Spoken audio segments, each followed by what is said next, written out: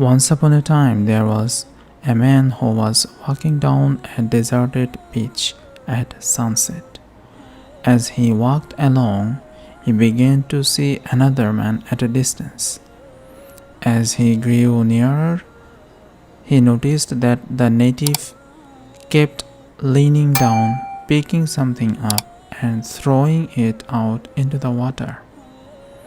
As the man approached even closer, he noticed that the other man was picking up basa fish one at a time that were thrown on the beach with the waves, and he was throwing them back into the water. The man was puzzled. He approached the other man and said, "Good evening, my friend. I was wondering what you were doing." "I am throwing these basa fishes back into the ocean," said the other man. "You see, it is low tide right now, and all of these basa fishes have been washed up onto the shore. If I don't throw them back into the sea, they will die up here from lack of oxygen." "I understand, my friend,"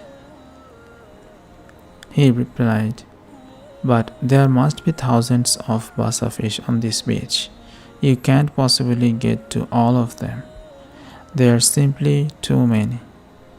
And don't you realize this is probably happening on hundreds of beaches all up and down this coast?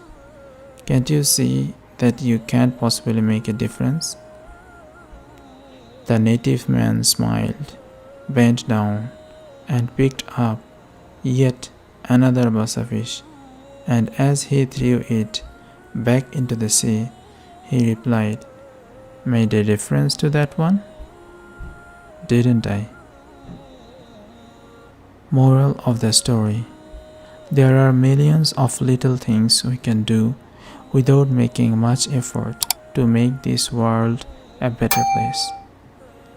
If we think others are going to do, or there are too many things to do, and we live doing nothing, then the world will be remaining the same. So let's do our part to make the difference. That's the moral of the story. See you in the next story.